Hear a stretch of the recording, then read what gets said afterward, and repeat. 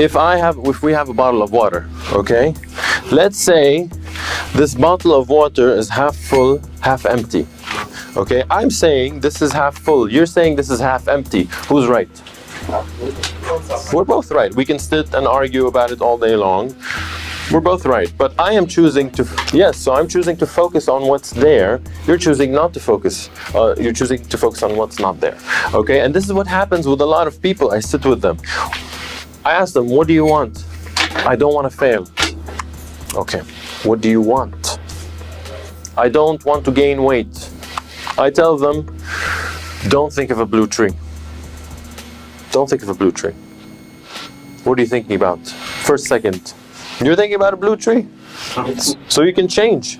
Okay, so I think about a blue tree and then not think about it. And then try to think about something else. But your mind is still, am I not thinking about this? Okay, so our minds are interesting.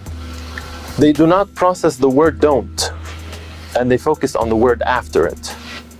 So if I tell you, if you say to yourself, don't fail, I don't want to fail, what are you saying to your unconscious mind? Fail.